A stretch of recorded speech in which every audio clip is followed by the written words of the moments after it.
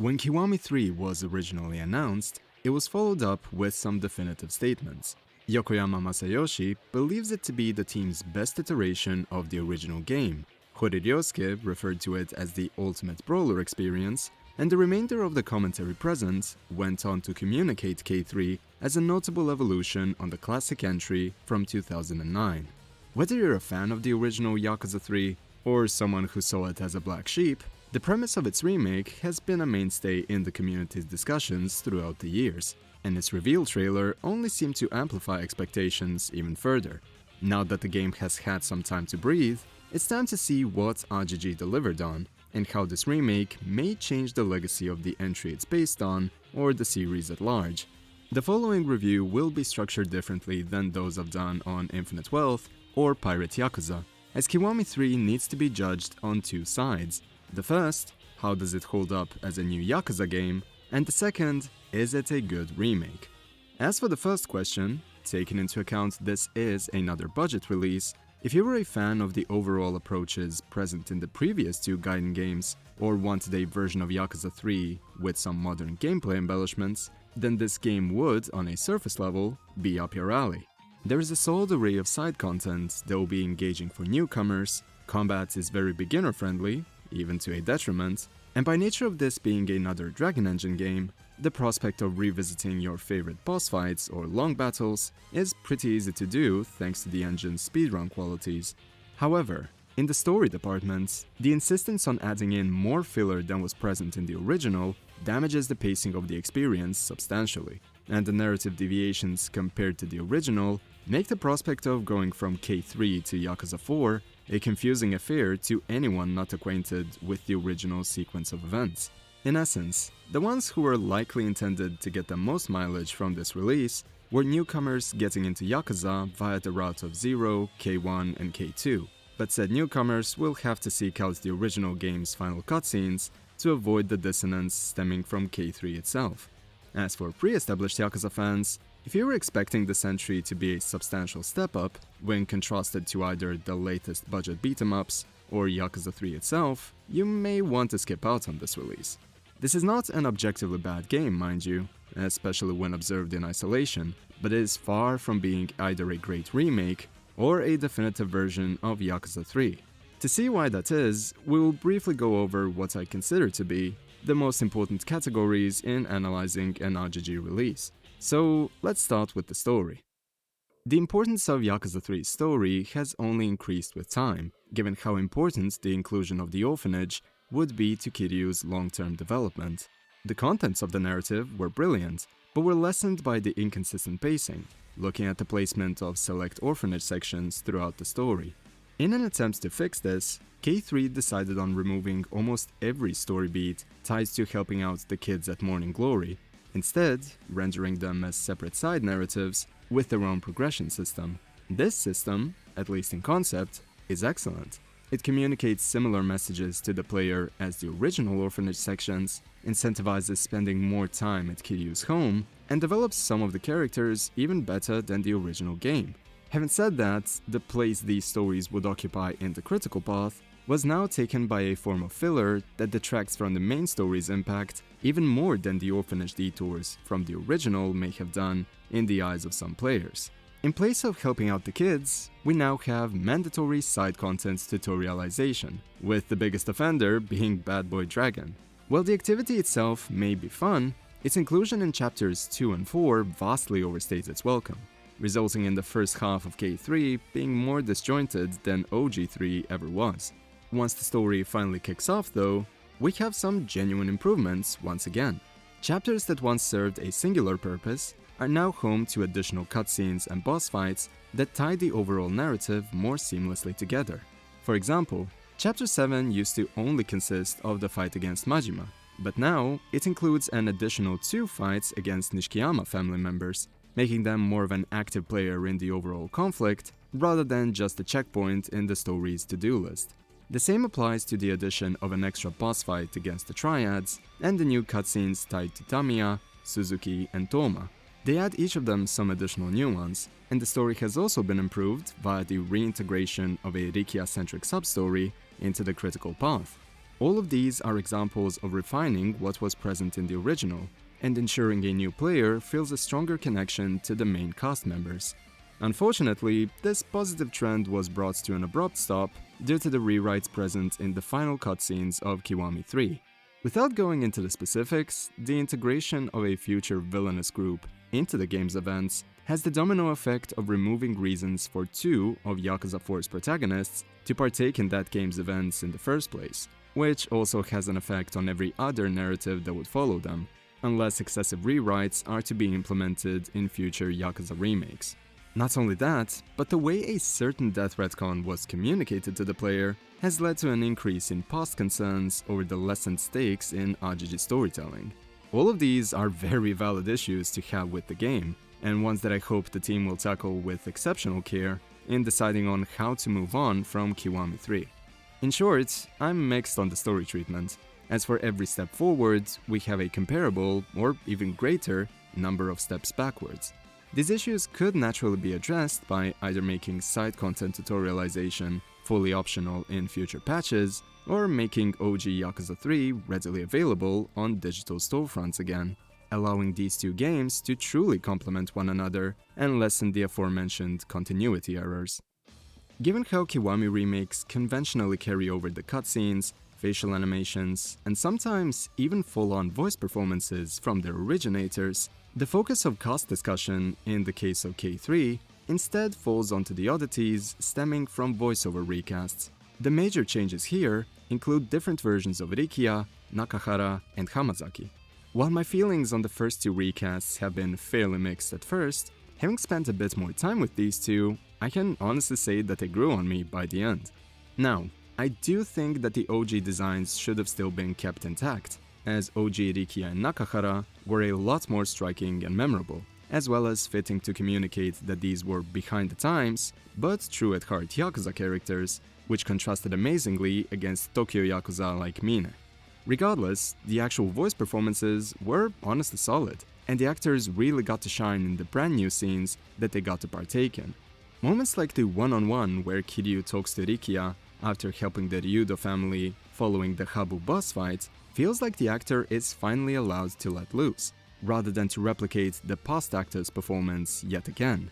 Given how the original characters of Nakahara and Rikiya honestly felt like they were written around their original actors' cadences and demeanor, rather than the other way around, I'd say the new actors deserve a ton of praise in how well they interpreted the characters they were handed. That's nice and all, but what about the third member of the cast that I conveniently left out? Well, if you were around for the community discourse preceding Kiwami 3's launch, you'll probably know why this needs to be addressed in isolation. For those out of the loop on why the casting itself is problematic, please refer to the hashtag you see on screen, as it will give you all the info you will need.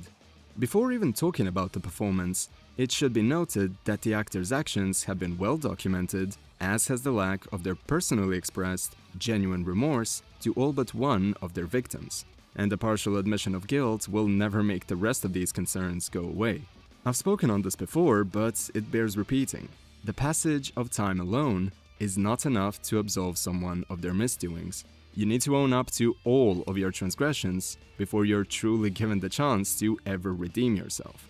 This is something that Yakuza itself communicates time and time again, and based on all publicly available information, and the fact that they've shown few, if any, real attempts at genuinely being a good person, this actor has no place being anywhere in the vicinity of an RGG property.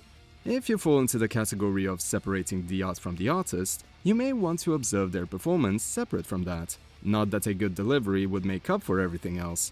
Yet even from this perspective, this is as basic and frankly boring of a performance as one could give. For context, Hamazaki is a minor villain whose main role was to be an ugly mug doing under-the-table business with other antagonists that have more of a spotlight on them. The most notable thing that he does beyond this is contributing to the last-second Kiryu death fake-out in OG3, which isn't even present in the remake. And that's about it before Yakuza 4 finally tries to do something more with the character. K3 adds some scenes to tie up previously brought up loose ends, some of which are tied to Hamazaki, but not much else is done beyond that would transform the initial writing of the character, meaning that genuinely, anyone could have played this role. To be blunt, not even the original actor was that much of a standout, yet this new performance still pales in comparison, as the delivery relies more on past facial animations to sell the character, instead of offering a nuanced take to a villain hiding in plain sight.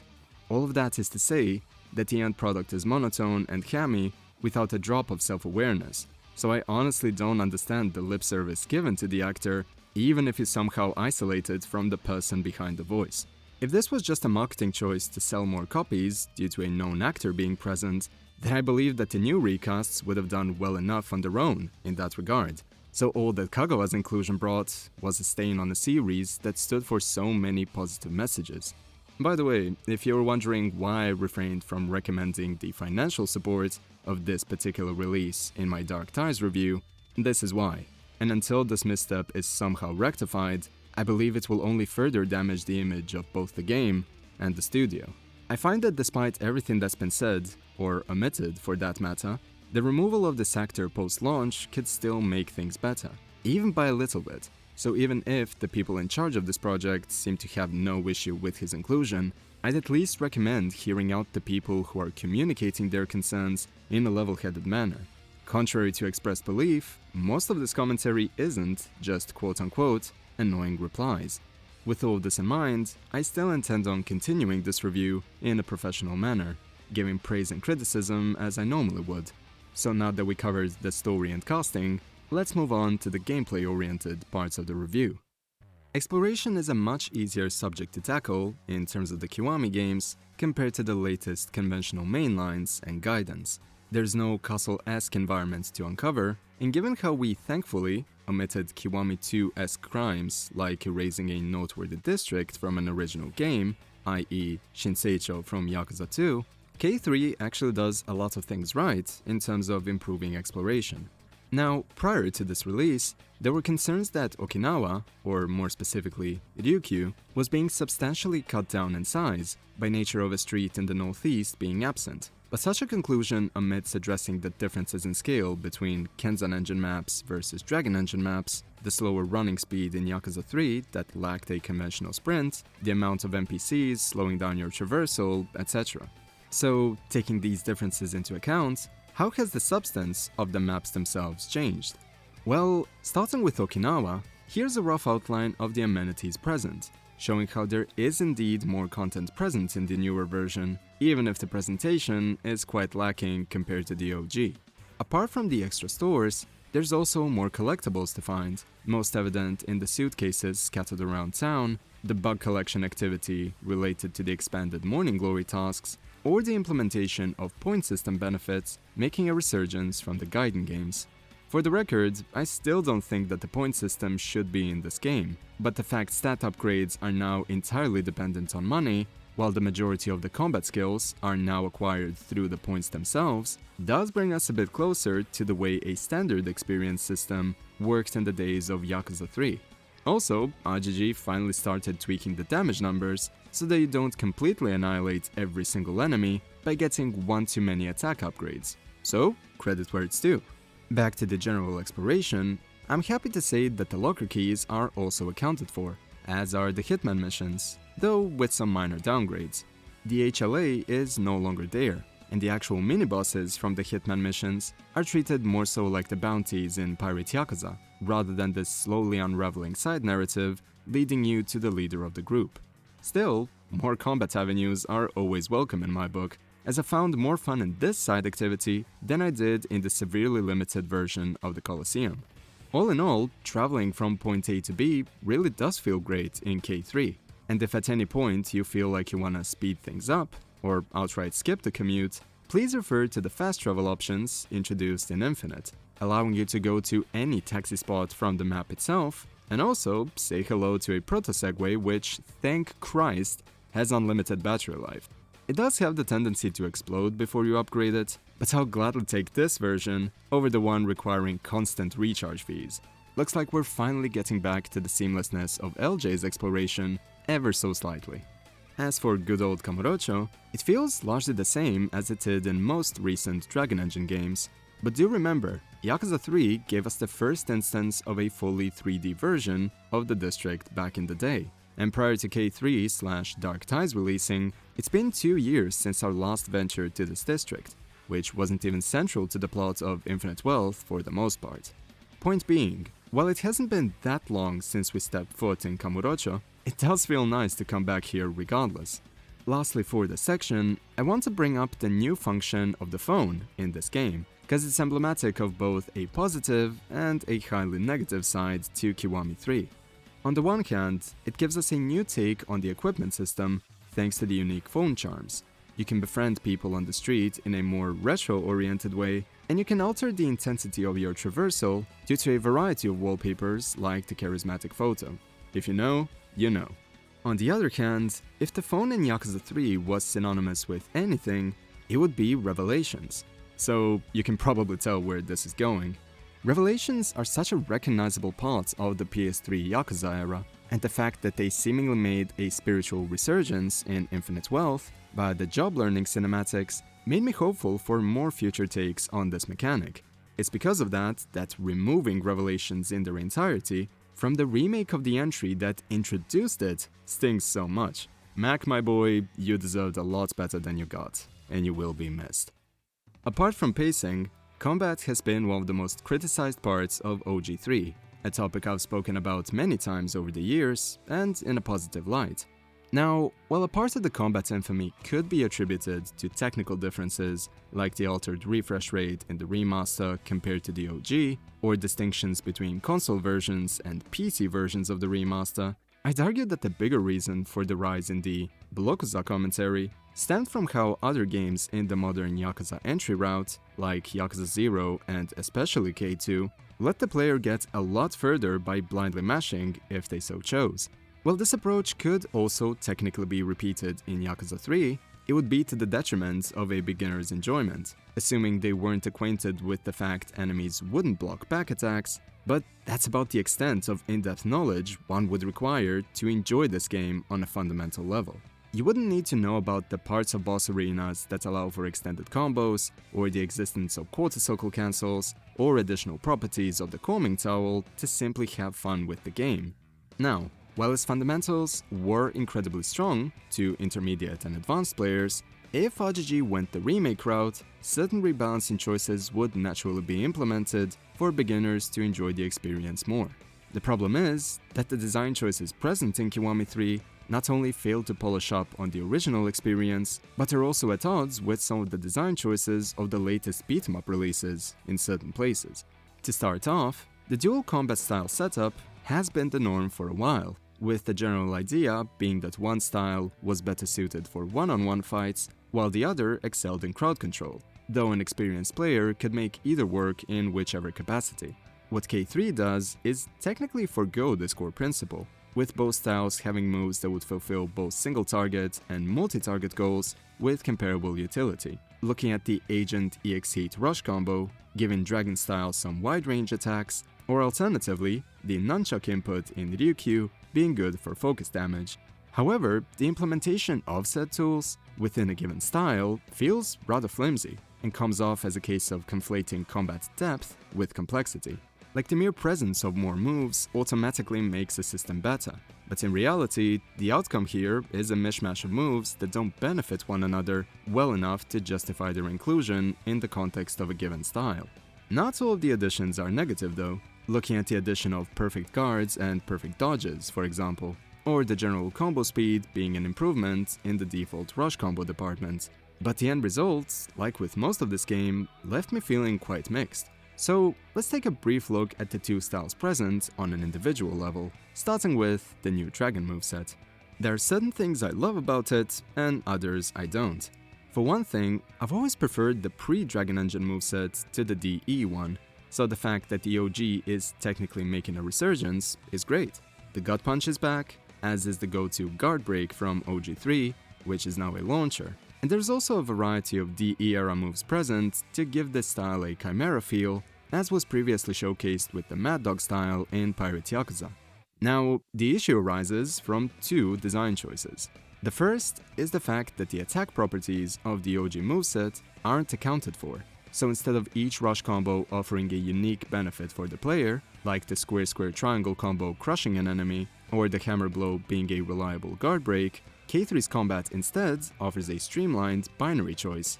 You either focus on critical attacks to efficiently deal with hyper armor and then play the game as you would in the past, or you just mash your way through encounters until your upgraded damage output outweighs any desire for tactical play. To an extent, this logic could also apply to the older games, but the main difference is that the older games had systems in play that appealed to varying levels of play. Some of these entries would appeal to beginner and intermediate players, others to intermediate and advanced players, and some would obviously click with everyone. But K3 may be the first time where the entirety of the combat system is designed for beginner players exclusively, which is what brings us to the second issue at hand. The overt automation of the combat is something that hinders both Dragon style and Ryukyu style, as seen in the way bounding throws are handled or the way guard breaks are treated. It leads combat encounters down the route of merely looking cool, but taking away a sense of accomplishment from the player, due to a form of simplicity that is now imposed on all levels of play, as opposed to being a toggleable, easy automatic difficulty choice, as you'd find in a franchise like DMC or Yakuza's own auto-combat settings. Between this and the way that the benefits of using specific rush combos over other moves are either streamlined or completely absent from case to case, it leaves you with a combat system that doesn't stand out as those of the past entries, despite K3 technically having a lot of moves and abilities present on paper. As for Ryukyu style specifically, to balance this section out with a bit more deserved praise, this style is conceptually the one thing that feels like an implementation tailor-made for a more natural-feeling transition from Kiwami 2. As I've spoken about many times in the past, I found the combat in K2 to be the absolute weakest of the franchise, as far as your beat-em-up tools go. But in terms of weapon-based combat, which I have to thank Froob and his speedruns for showing me, this form of combat is where Kiwami 2 starts feeling fun again. Because of that, the fact that a full-on weapon-based style was implemented in K3 was a great idea, and the fact it used 12 weapons had me originally intrigued. While the end product suffers from many of the same issues I've brought up with the Dragon style, example being a variety of tools but without comparable utility, Ryukyu style slowly grew on me once I unlocked enough of its abilities. It saw the most use during the Bad Boy Dragon encounters, as it's still fantastic in the crowd control department, and it even made certain main story fights a lot more fun than they were in the original, like the final long battle, which featured a variety of gun-wielding enemies. You also get the impression that there is more reason to switch out between different rush combos here than in the Dragon style, as some of Ryukyu's enders could inflict bleed, others would inflict a greater deal of stun on an enemy, and the circle rush combo is one of the fastest segues into a heat action if you're in a pinch. Still, I wish this style was as all-encompassing as the trailers made it out to be, cause the toolkit felt like it could stand next to weapons like Kagehiruko in NG4 or Pandora in DMC4 in terms of the intended one-size-fits-all concept. But despite what I just said, Ryukyu is perfectly functional, as is the Dragon style. These were just the basic movesets we've gone over though, as there's frankly far too many questions to address in terms of Kiwami 3's combat design choices. Here's just a few. Heat acquisition is better than it was in the last few games, but the number of actual heat actions may be the lowest that we've had in a long time. Back combos are incentivized with the critical attack system, but the lack of critical properties on a majority of moves starting out will once again lead beginner players to repeat the exact same inputs ad nauseum. Juggles are disincentivized given the lesser number of launchers, and the airtime itself seems to arbitrarily end from case to case, making you wonder why juggles are even here in the first place. Frankly, if you're someone who deeply cares about the combat in Yakuza games, this may be the entry that would infuriate you the most, and honestly, for damn good reason. I believe many of the puzzling choices present can be attributed to both the absurdly short development time and the fact a part of the development was handed over to an outside team. So while K3's combat does grant you some turn-off-your-brain type of fun, I sincerely hope that this example won't be the norm moving forward. Moving on to the OST, the music in Yakuza 3 is very recognizable. It may not be as industrial as OG1 or Yakuza 2, but it absolutely relies on the rock side of Yakuza expression with full force. There is a dirtiness present, and sonically, a lot of the production choices deliver a recognizably mid to late 2000s type of sound. Which, yeah, the game dropped in 2009, so that's a given. But not everyone would choose to emulate every then contemporary production trait to achieve that sound. With that in mind, the remixes and new songs from K3 will sound much drier by comparison, with a lesser emphasis on open-sounding atmospheric bits, which were now replaced by additional instrumentation or tighter-sounding MIDI choices. Guitars will sound like they're going through a Kemper rather than something resembling a classic tube amp. Drums will sound more electronic, as if someone ramped up the velocity to give the rhythm section more perceived impact, but lacking in space.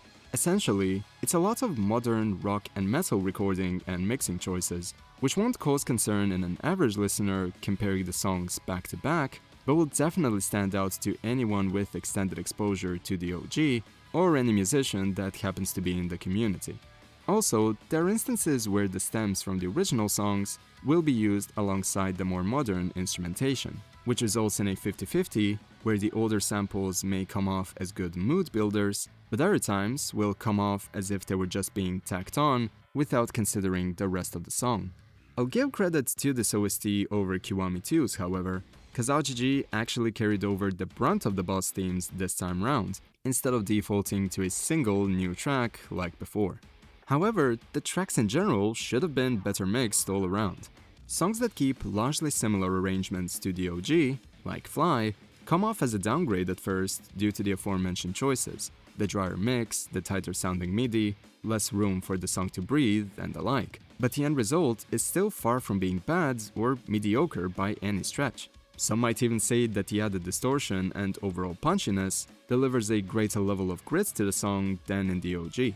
On the other hand, songs with substantially altered arrangements, like Lyricism Without Tears, will likely be the subject to a similarly critical gut reaction due to the classical guitar additions in place of the more toned-down atmospheric verses, and the remainder of the sections will have more of a medley feel than the OG did as a result.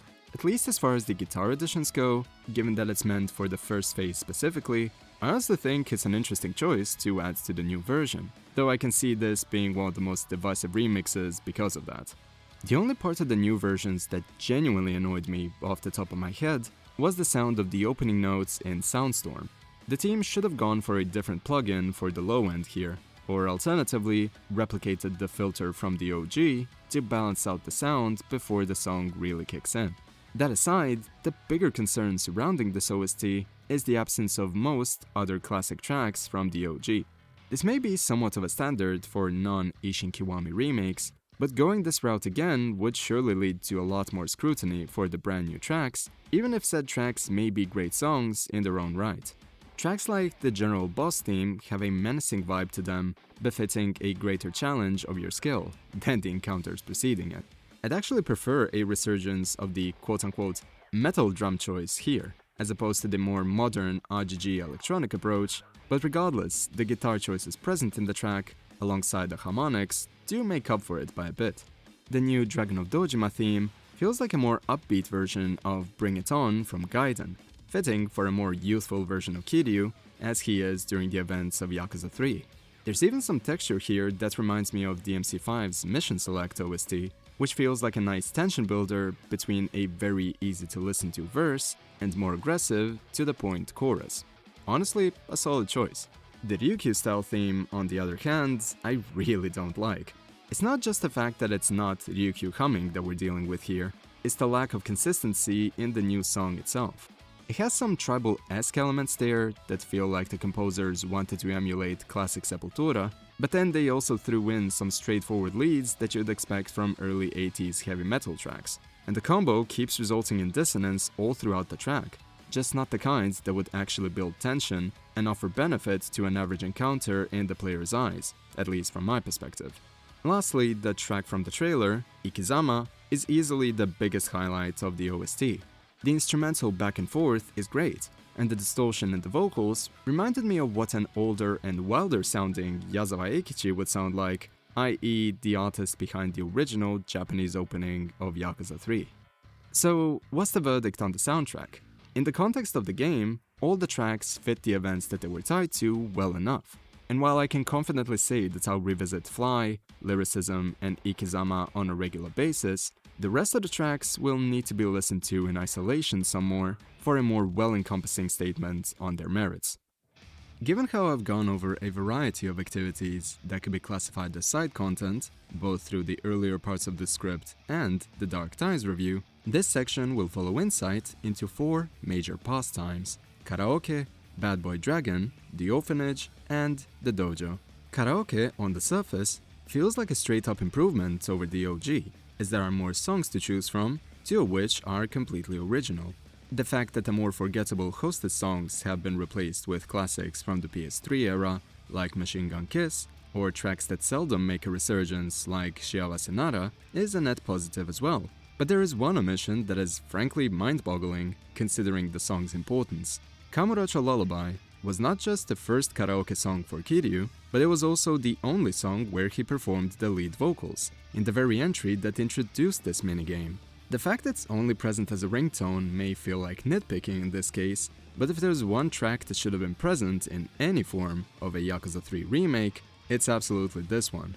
The actual new tracks are thankfully amazing, with one of them being an awesome rock track that fits the 2009 setting beautifully, while the other is a nice positive ballad emblematic of the happier mindset Kiryu showcases throughout most of the events of Yakuza 3. If Kamurocho Lullaby is somehow added to this list down the line, then you're free to consider the karaoke here a genuine home run.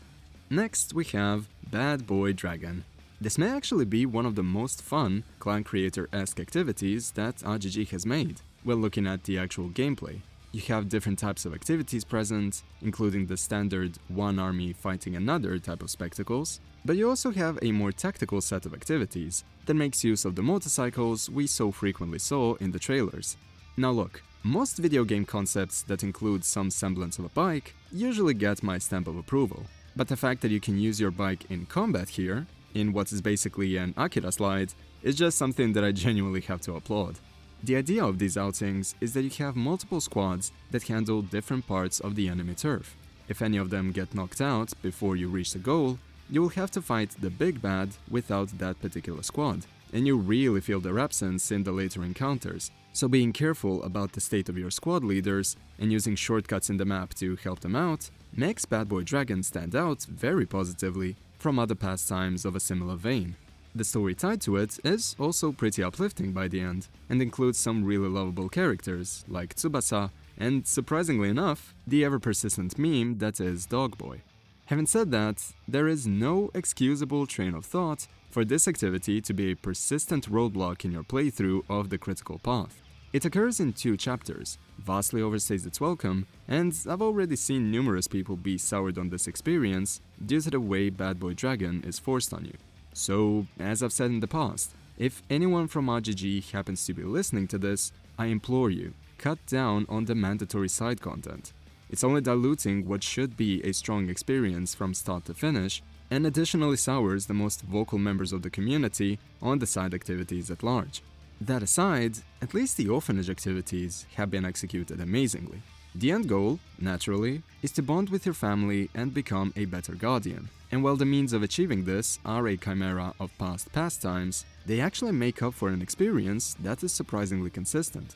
The Another Life activities from Ishin make way for a means of ensuring ingredients to cook for your family and a means of bonding with the local Okinawa sellers, which helps in building a sense of community that is paid off later in the main story.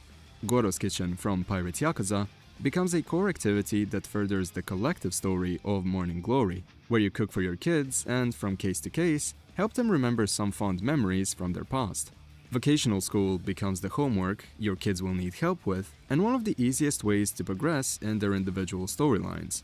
Also, there's catching butterflies, fishing in the style of Dondoko, sewing, and before you know it, that cozy feeling from Yakuza 3 will be back with full force, though being executed in a different way than it was in the OG. It's still a shame that moments like meeting Mame were cut, but I can genuinely say that the team did their best to make each kid's story feel unique this time round. Some are largely similar to what was present in OG3, like with Mitsuo and Izumi. Others take the same core idea, but reach it in a different way, looking at the stories of Ayako and Taichi. And the rest are basically brand new, but it all works. Again, apart from my past grievances tied to pacing and select notable developments being absent, this side mode was a very pleasant experience, so props to RGG for achieving that. Lastly, looking at the dojo training, frankly, it's a bit too limited, especially considering that all of the trainers from the OG, including Komaki, Mac, Minamida, and Yonashiro, are essentially consolidated into Mia. The actual tests that you can partake in are fun, again feeling like a more worthwhile combat activity than the actual Colosseum of this game, but the point threshold to learn the new skills is too high, and the only move from which you will truly feel substantial improvements in your combat is the Tiger Drop. Granted, it looks amazing, but Mr. Master-kun, that is not your move. It belongs to that one guy from Hokuto ga Gotoku. Is there anything else that I should bring up here? Oh yeah, the minigame AI is infinitely more forgiving than it was in the OG. It may sound like an insubstantial comment, but if you're like me and survived the minigame master trophy, you'll likely welcome this particular change with open arms. Anyway, with all that said, let's slowly wrap things up. Even if you found that the commentary here leaned too far into nostalgic territory, thereby praising elements of the original game due to the additional exposure to said game, if there's one thing that can be generally agreed upon, is that removing substantial amounts of content from the original entry with little to no material to substitute it adequately largely disqualifies a remake from being considered a definitive version of the experience. I won't go over the removals here yet again, as the RGG cast episode detailed this to a substantial degree. And if the list of removals here doesn't tell you that this project had a hellish development cycle and too many conflicting ideas in terms of a general direction, I don't know what will. Now, given how I've listed out a good number of improvements for K3 over the course of this overtly lengthy script already, here are just some of the points that will be most urgent, and wouldn't require a complete overhaul of either the game present or the team's working environment at large to achieve. Number 1. Reinstating standard availability for OG Yakuza 3. If these games are meant to be complements to one another, have them both be readily available. You'd be surprised how much of a difference that makes in having a more fair assessment of the qualities in both entries. Plus, now that the original sales period is past, if the intent in the soft delisting was to boost the sales of the remake, then the main portion of lifetime sales has already been generated by now. Look at the price spike of OG3 on the secondary market. People still want to buy this game specifically, so bringing it back would be an advisable choice from a profit standpoint too. Number 2. Ideally, addressing the costing issue would be among the first problems to address, but it would appear that ship has sailed. So instead, the following suggestion will be to issue definitive, direct statements to player concerns moving forward. If things like the graphical issues from the demo could be addressed within days of its launch, followed by a sincere apology, then directly addressing community concerns of any kind shouldn't be that much more difficult. Putting all criticism under an umbrella term of blind hate isn't a good look in the public's eye, and dancing around the issue only raises the risk of people twisting your words as malicious compliance to a problem, and I believe everyone involved deserves better than to be subjected to that. Number 3. Consider taking a break from brand new releases until the team is done with Stranger Than Heaven and Virtua Fighter. Speaking as a working economist here, I get that corporate environments commonly demand ever-increasing growth in sales, but the opportunity cost in releasing budget release after budget release frankly isn't worth it, and is leading to a perceived lesser brand value in casual consumers as well as loyal ones. If you have to release something new exclusively through the efforts of the B team in the studio, consider quick ports of original Yakuza 1 and 2 instead, as they would require significantly fewer resources, therefore being lesser financial risks than a remake or Gaiden, and would go a long way in re-establishing trust with the portion of the community hurt by recent displays. I'm sure that there are other aspects that could be highlighted for improvement, but the rest of this review and my general coverage speaks for itself, so there is no need to reiterate on past points yet again. As you could tell from my commentary here, the Dark Ties review, and the RGG cast episode on K3 itself, this release left me feeling mixed. This is honestly a first in my many years of experience with this franchise, and given the negativity surrounding this release, some of which admittedly is for valid reasons, it would have been easy to disregard literally everything that this release did, even the points where it genuinely excelled as a result. However, I find that now, more than ever, It is important to offer meaningful criticism coming from a place of wanting the series to improve rather than doubling down on either of the extremes of the online debates surrounding it. Blind praise and blind negativity won't benefit the series in the slightest. So, idealistic as my actions here may be, I hope that this video, and the additional coverage I mentioned earlier, offer a meaningful middle ground to the question of where this game succeeded or failed. Originally, this review was roughly 9,000 words in length, but I wound up shortening it to avoid repeating a number of points from the podcast. And now that I obtained the platinum in this specific release, I believe that everything I needed to say on it has been addressed for the time. I hope that my choice of words, tone, and intent of the commentary was communicated adequately, to offer some advice for improvement in terms of mechanical downsides, strange writing choices, and most notably, the strained communication between developers and fans. With all that said, do share your own thoughts on Kiwami 3 in the comments, and I want to sincerely thank you for your time today. Here's hoping that the video following this one will be created under more positive circumstances all around. So, until next time, take care of yourselves and have a great day. Cheers!